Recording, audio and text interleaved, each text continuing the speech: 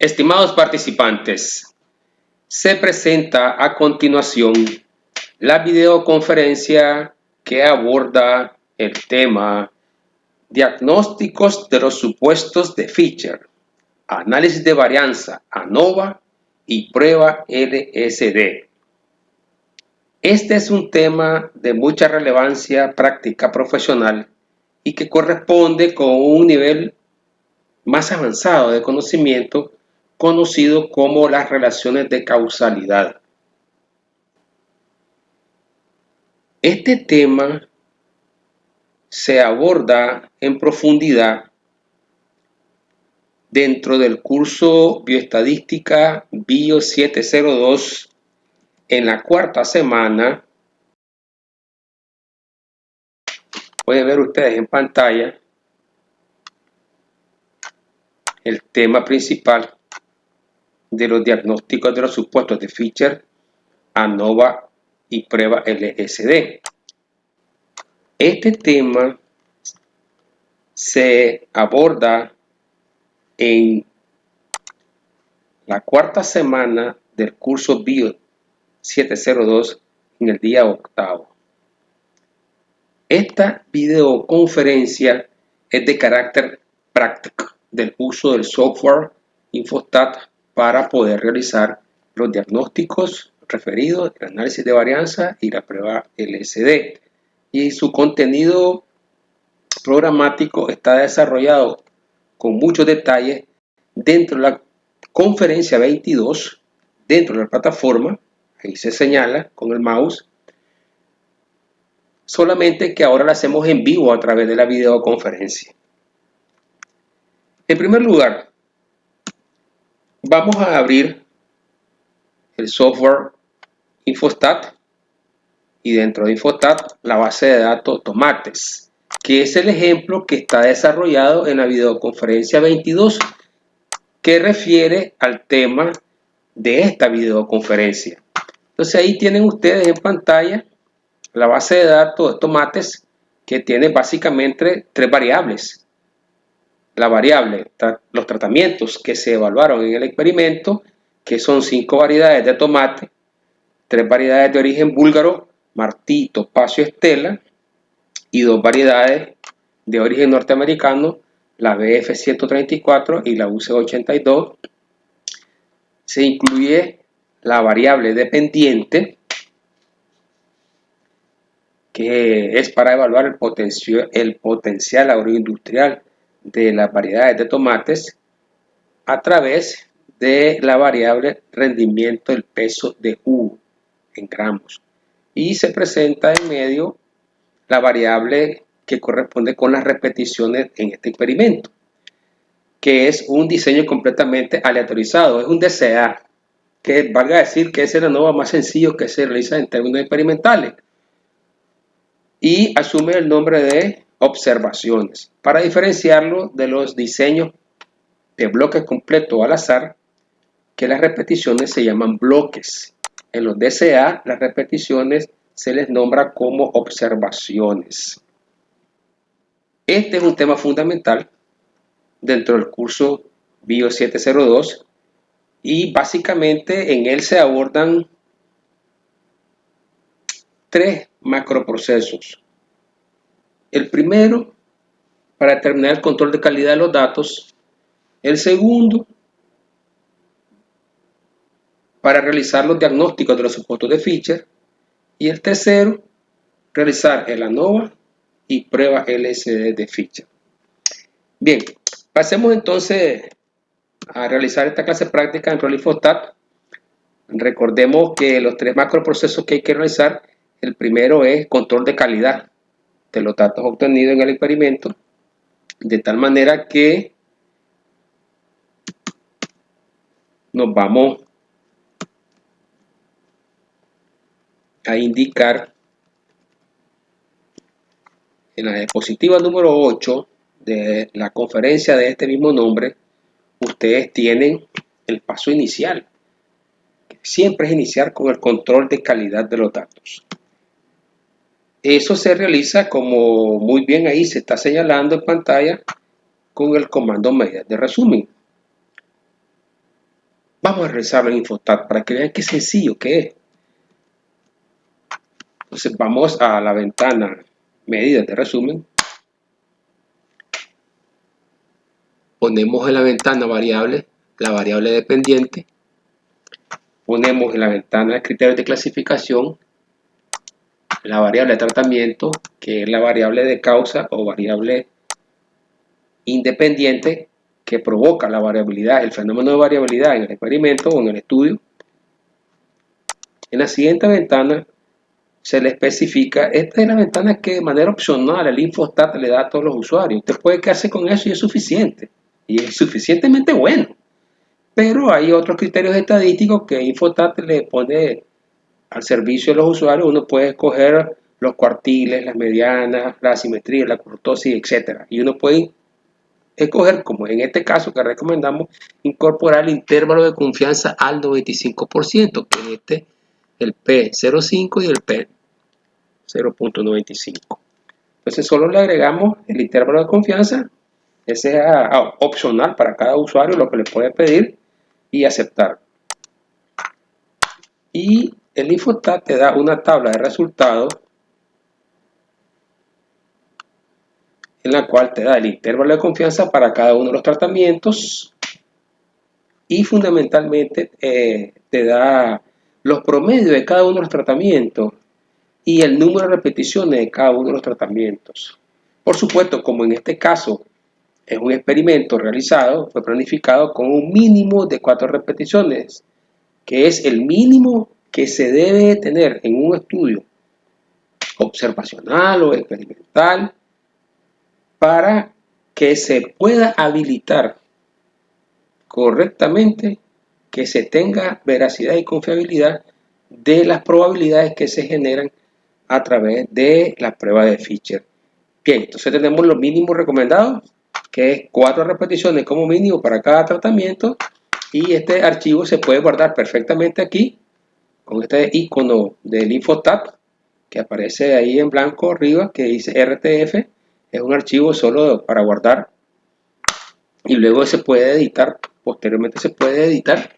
Si ustedes quieren, podemos ponerle estadísticas descriptivas número 1 y la mandamos a guardar a la descarga y le damos guardar.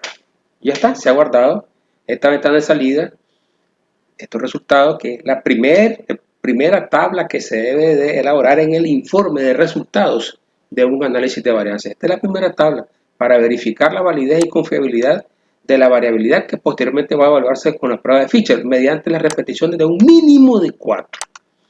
Entonces podemos cerrar aquí y estamos preparados ya para proceder al segundo macroprocedimiento. El segundo macroprocedimiento, como ya lo decíamos al inicio, el segundo macroprocedimiento es verificar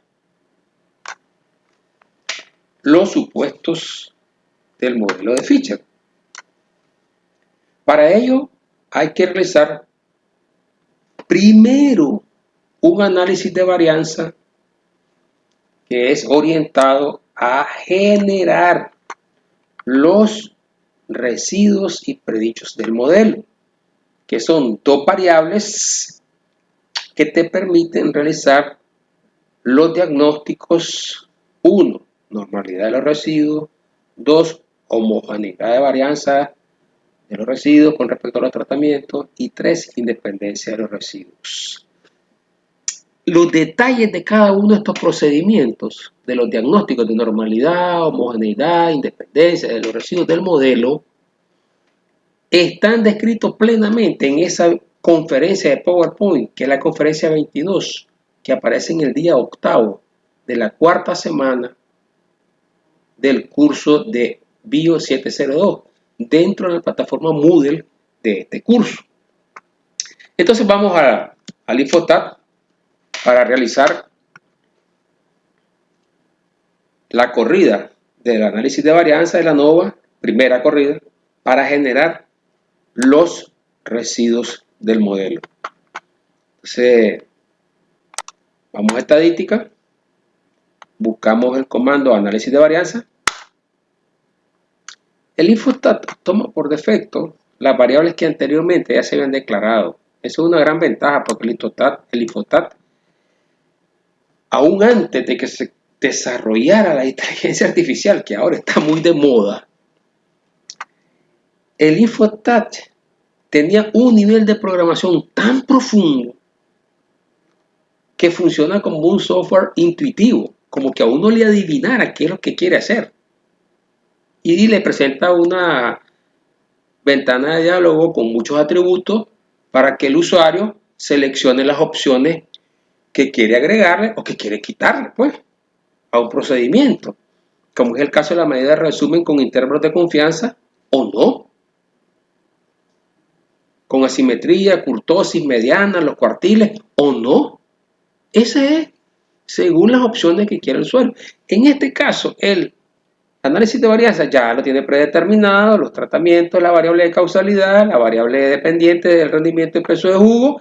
Vamos a aceptar y en la siguiente ventana, en la retícula derecha inferior, aparece estos comandos de residuo y predicho. Con estas dos opciones se seleccionan para decirle al Infotat que genere las variables de residuos y predichos del modelo. Y eso es lo que se logra con esta primera corrida, pidiéndole los residuos y predichos. Se recomienda, se aconseja de marcar la opción sobreescribir para que no se junte con ninguna otra variable de residuos y predichos que se hayan realizado anteriormente. Es posible que existan otras anteriormente y se pueden confundir cuando se tienen que hacer 2, 3, 4 corridas para diferentes modelos y se generan diferentes residuos y predichos. Pero para evitar esa controversia que uno mismo no encuentra dónde están los residuos de uno, entonces se le quita sobreescribir y le damos a aceptar para que me dé los residuos predichos del modelo de tomates. ¿Ya? Entonces, este primer ANOVA que sale, no hay que tomarlo en cuenta. Él lo guarda. Aquí en la ventana izquierda inferior aparece en amarillo ANOVA. Ahí queda guardado, pero no tiene un valor técnico. Es decir, no se evalúa la significancia de los tratamientos ahí, sino que esta corrida fundamentalmente es para que el Infotat genere dos variables, residuos del modelo y predichos del modelo. Para eso se hace esa corrida.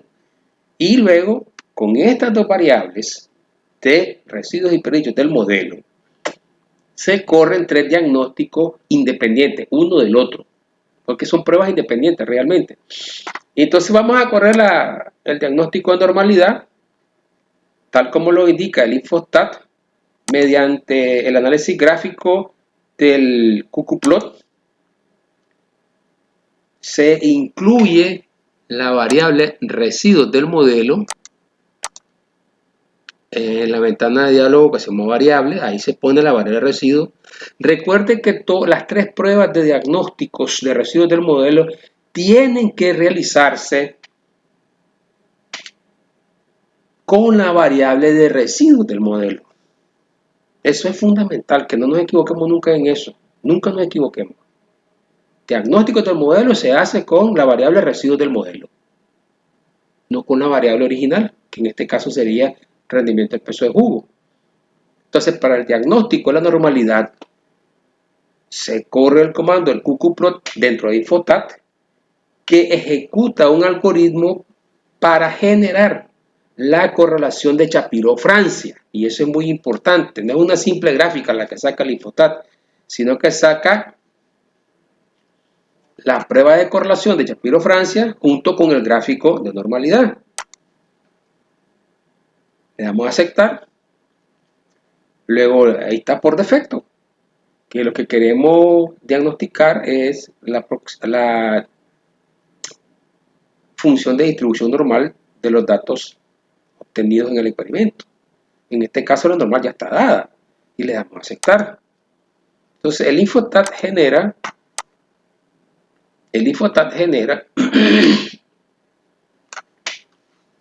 un gráfico con una línea recta que no es más que el logaritmo de la función de distribución normal, es decir, la normalidad linealizada, y un gráfico en el cual se sobreponen a un overlay de los puntos observados, que son los datos de campo, debemos decir, los datos que se obtuvieron, y le realiza, el Infotag le realiza la correlación de Shapiro-Francia. Vamos a darle un poco de diseño. Para eso hay que mover un poquito la ventana que nos permita trabajar un poquito más libremente. Le damos botón derecho, tipografía, cursiva negrilla, le damos más tamaño, 16, le damos color azul, pues por gusto, pues porque el usuario quiere verlo bonito, muy en azul, y podemos escoger hasta el tipo de letra. Supongamos que quiero escoger el Tiny Roman, que es un font muy recomendado para las publicaciones de artículos científicos en las revistas a nivel internacional. El Palatino, el Tiny Roman, son de los más recomendados para publicaciones internacionales. Vamos a aceptar y ahí tenemos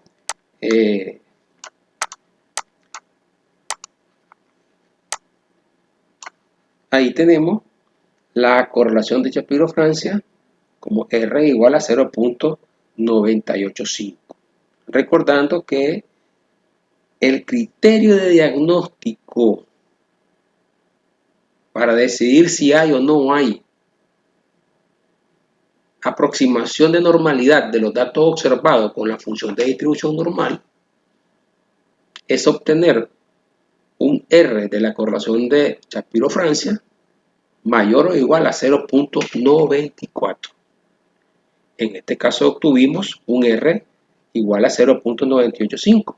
Obviamente es mayor que 0.94 y en tal sentido el diagnóstico de normalidad confirma, pues sí hay normalidad de los datos, hay una aproximación muy buena del 98.5% de la aproximación de los datos a la función de distribución normal. Entonces los datos tienen normalidad y con eso vamos adelante.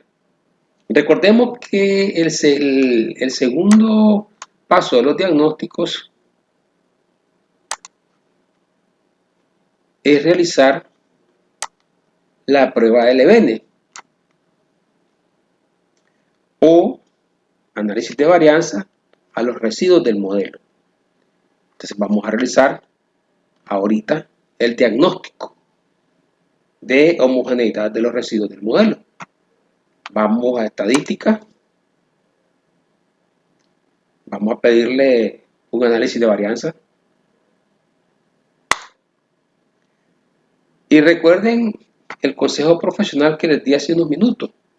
Recuerden que toda prueba de diagnóstico de los supuestos de Fisher se realiza con los residuos del modelo. En este caso, dado que hubo una corrida anterior de análisis de varianza, una ANOVA anterior, que fue con la variable original, peso de jugo, obviamente hay que sacar esa variable. Y hay que incluir la variable residuos del modelo. ¿Por qué? Porque lo que quiero hacer es una ANOVA con los residuos del modelo. Y ver el impacto de la variabilidad de los tratamientos sobre los residuos del modelo. Un análisis de varianza con los residuos del modelo, los tratamientos y los residuos del modelo, es el principio fundamental de la prueba de Levene, porque lo que examina la prueba de Levene es la homogeneidad de las diferentes categorías de los tratamientos en función de los residuos del modelo. Entonces lo que hay que correr es tratamiento como causa y como variable dependiente los residuos del modelo. Vamos a darle a aceptar. Y en el caso que se esté corriendo la prueba de Levene, no se debe pedir opciones de residuos y predichos, simplemente pedimos el ANOVA que lo ejecute, ¿ya? Y en este caso observamos que el ANOVA o a los residuos del modelo o prueba de Levene, y eso se sabe bien porque en la hoja de resultados de salida del análisis de varianza aparece la variable residuos del rendimiento de peso de jugo en gramos. Es decir, aparece en la variable que se ejecutó, la variable dependiente, aparece el residuo de esa variable. Y por supuesto el ANOVA está en función de los tratamientos, aquí está, y señala el p-value o probabilidad aleatoria del suceso, y en el caso de las pruebas de Levene, lo que se debe obtener es un PNS no significativo, lo cual indica claramente si tengo un p-value mayor del nivel crítico en comparación alfa igual 0.05, es decir, un P que es NS, como en este caso, este P es NS y es muy NS, por cierto, con 0.9999.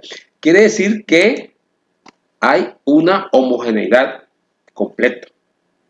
Homogeneidad entre las diferentes categorías de los tratamientos que se están comparando. ¿Eso qué interpretación práctica profesional tiene? Esa NS de la prueba de Levene en términos prácticos, ¿qué significa? Y en pocas palabras, Pedrosa, decime qué es eso. Pues es muy sencillo. Quiere decir que usted está realizando una comparación de la efectividad y seguridad de los tratamientos en estudio y que cada categoría que usted está comparando es comparable con respecto a las demás. Cada una de las categorías son comparables con respecto a la siguiente, ¿no? Es lo mismo que esté comparando, por ejemplo, mangos y manzanas. Una es una fruta tropical y la otra no. Y tienen características muy diferentes. Pero cuando estás comparando cosas que son homogéneas entre sí, entonces es una pelea como que se dice de igual a igual. Bueno, entonces en igualdad de condiciones, que es la homogeneidad de los residuos del modelo con respecto a los tratamientos, en esas condiciones de igualdad, dígame quién es el mejor, que gane el mejor. Y ese es el principio de la homogeneidad obtenida a través de la prueba de Levene. Criterio de homogeneidad es que el p-value que se obtenga debe ser NS. Entonces, a continuación, vamos a realizar el tercer diagnóstico. El tercer diagnóstico de los supuestos de Fisher. Noten que ahí en la pantalla hemos iluminado a las dos variables en colorcito azulito, residuos y predicho. Eso es porque el diagnóstico de la independencia de los residuos del modelo se realiza mediante el gráfico diagrama de dispersión. Y lo que se grafica es en la variable dependiente Y, el residuo del modelo. Tiene que estar el residuo del modelo, como siempre les dije. Prueba de diagnóstico con residuo. Pero el gráfico de dispersión, muy conocido como scatter bar, es scatter graph. El scatter graph, que muestra la dispersión de los puntos, tiene que hacerse con un valor en el eje Y. Y en este caso, ese es el rol que juegan los predichos del modelo. Entonces, se grafica residuos y predichos en un mismo plano cartesiano para que generen una función de dispersión y ahí se miran si los datos muestran una tendencia definida en algún sentido. Cuadrática, sigmoide, cúbica, lineal, logarítmica, semilogarítmica, cualquier tendencia que fuera, ahí se mira en el gráfico de dispersión, si es el caso que hay una tendencia. Pero ya vamos a explicar cuál es el criterio de diagnóstico para interpretar el gráfico de dispersión y definir la independencia o no del supuesto de independencia de los residuos del modelo. Vamos a dar a aceptar y él genera automáticamente un gráfico. Ustedes miran que los puntos obviamente marcan toda una dispersión que no tiene ninguna tendencia, ¿verdad? Ni cuadrática, ni sigmoide, ni polinómica, ni logarítmica, ni semilogarítmica. No muestran una tendencia muy clara, pues. Entonces, eso es lo que se quiere. Criterio de diagnóstico para el gráfico de dispersión. Que los puntos del gráfico de dispersión no muestren ninguna tendencia entre sí. Eso explica que no hay correlación de los residuos del modelo. que no se da correlación de medias y varianzas en el modelo. Y por lo tanto a eso se le llama independencia de los residuos del modelo. Bien, entonces ya estamos tranquilos, hemos hecho los tres supuestos del diagnóstico de Fisher: normalidad, homogeneidad, independencia de residuos. Habiendo logrado estos tres supuestos, entonces ya estamos habilitados para realizar la segunda corrida del ANOVA, que corresponde al tercer macroproceso de esta clase práctica. Vamos a recordar cuál es ese segundo macroproceso, ese tercer macroproceso, que es el segundo ANOVA. El primer ANOVA que realizamos fue para generar los residuos del modelo y aplicar los procedimientos de diagnóstico de normalidad, homogeneidad, independencia de los residuos. Y el segundo ANOVA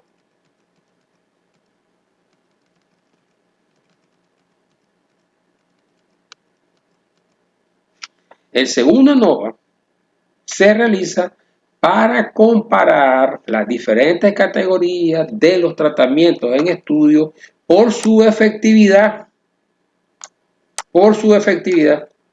Este segundo análisis de varianza es una corrida donde ya tenemos el resultado que andamos buscando, que es definir la significancia o no de los tratamientos en estudio en relación a la causalidad que tenga la variable independiente o causa, que en este caso son los tratamientos, son las 5 variedades de tomate búlgaro, con respecto al impacto que puedan tener sobre el potencial agroindustrial de las variedades de tomate, evaluado a través del peso de jugo en gramos, junto con el ANOVA, el segundo ANOVA, que es para comparar los tratamientos, en pocas palabras. Segundo ANOVA, comparar los tratamientos. Se realiza en este mismo procedimiento un comando particular donde están las pruebas de rangos múltiples. El Infostat es un software maravilloso y no porque yo lo diga, sino porque lo es. Y recuerden que los hechos son los hechos y no es su interpretación. No es que si yo opino que es bueno, es que es excelente el Infostat y me permite realizar tantas opciones, tantos procedimientos estadísticos y modelación avanzada que eso hace 40 años era imposible. Y que muchos otros software para lograr esos procedimientos del Infostat en un comando o dos comandos, en otro procedimiento había que programar, como la programación en SAS, con la que hice yo mi tesis de PhD en diseño experimental, pura programación en SAS. Era un mundo hacer un programa en SAS, pero esa es la historia de los años 80, cuando el SAS en los años 80 era el software estadístico más avanzado, pues. Pero hoy con el Infostat, un desarrollo científico enorme que nos permite obtener muchas opciones para tener una idea clara de la efectividad de los tratamientos en estudio. Entonces vamos al Infostat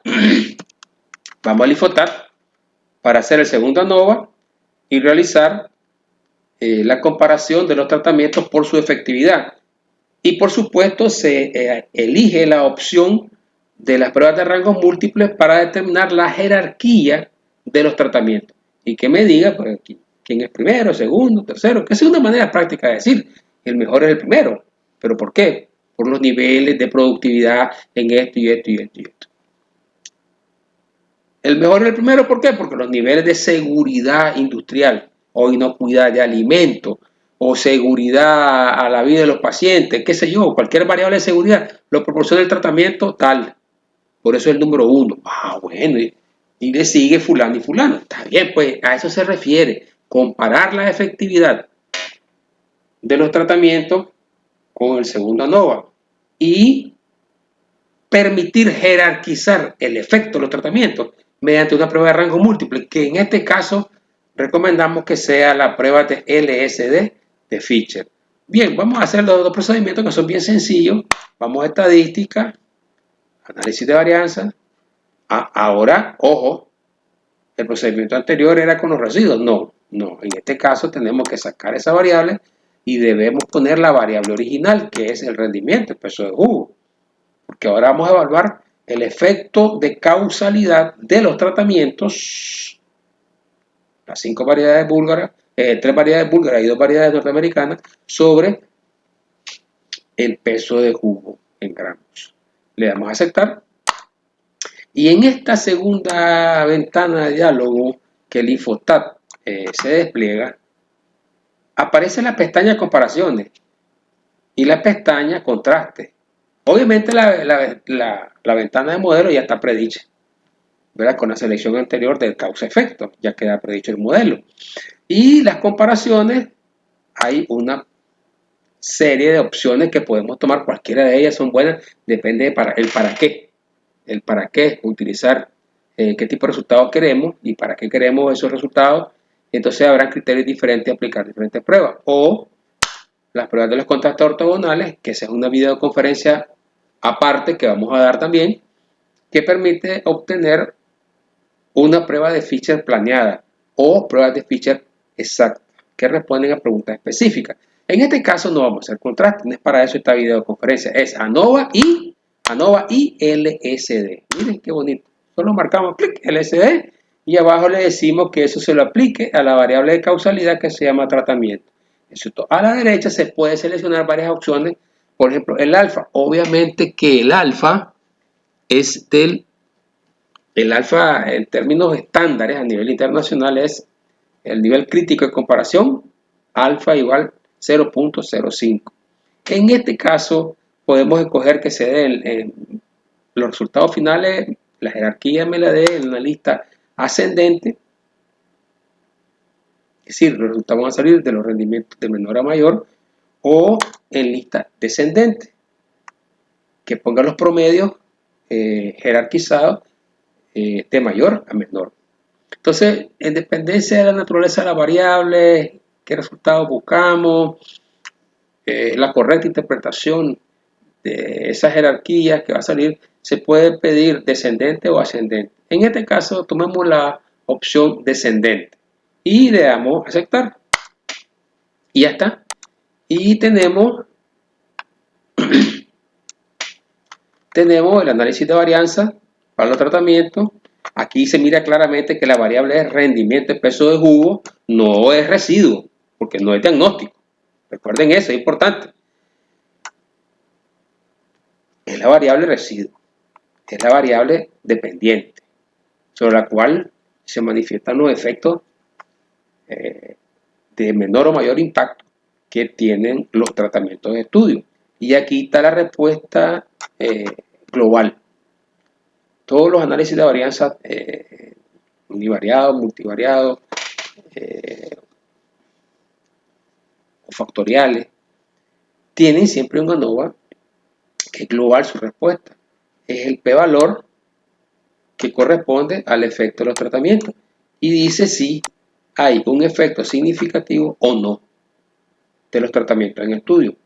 Bien conocido es la regla de oro, que la hemos explicado muchas veces en muchas videoconferencias anteriores, desde la tercera semana del curso de Bioestadística 702, igualmente en la tercera semana en el curso de Bioestadística 701 hemos explicado claramente la regla de decisión, que es estadística, que es probabilística y es universal, y te dice claramente que si la probabilidad aleatoria del suceso p-value o p-valor obtenida es mayor que el nivel crítico de comparación alfa igual 0.05, la respuesta es no significativa.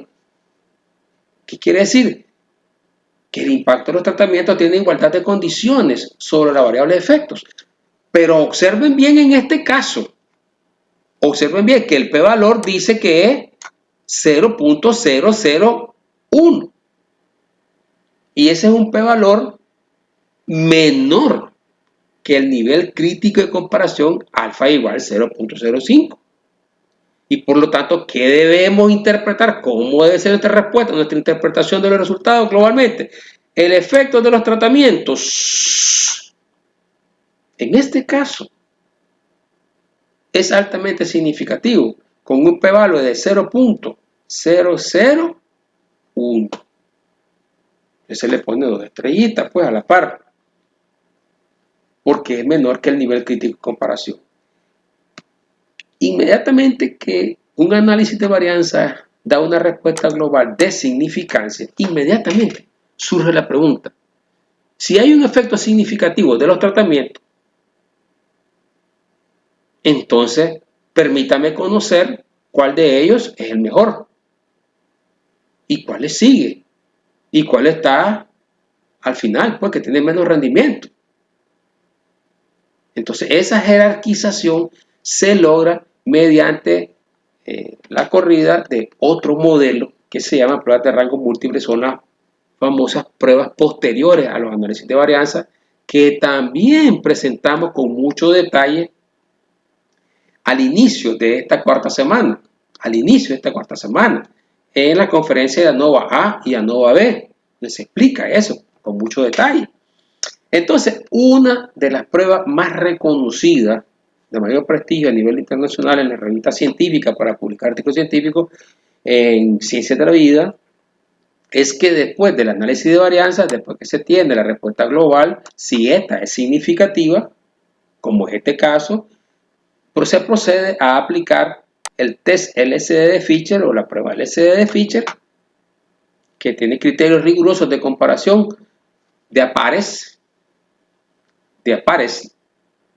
y en este caso que hay 5 tratamientos en comparación, obviamente el número de comparaciones de a pares que se pueden realizar son, obviamente, que es 5 t por t menos 1 sobre 2, y en este caso sería 5 por 4, 20, entre 2 a 10. Salen 10 comparaciones de a pares que, organizadas todas ellas, verán las que son significativas, las que no son significativas, quedan en esta tabla de jerarquía de los tratamientos, en donde indica claramente que hay un tratamiento que se llama Estela, que resulta ser el mejor tratamiento con la categoría A, porque tiene el mayor promedio de rendimiento industrial expresado en su peso de jugo en gramos, con 887 gramos por unidad experimental.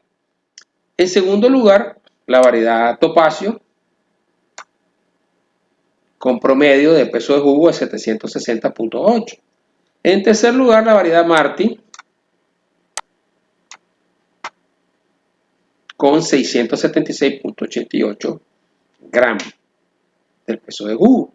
Y en último lugar están las dos variedades norteamericanas, la US82 y la BF134, con el menor rendimiento del peso de gramos, que andan alrededor de 610 y 611 gramos.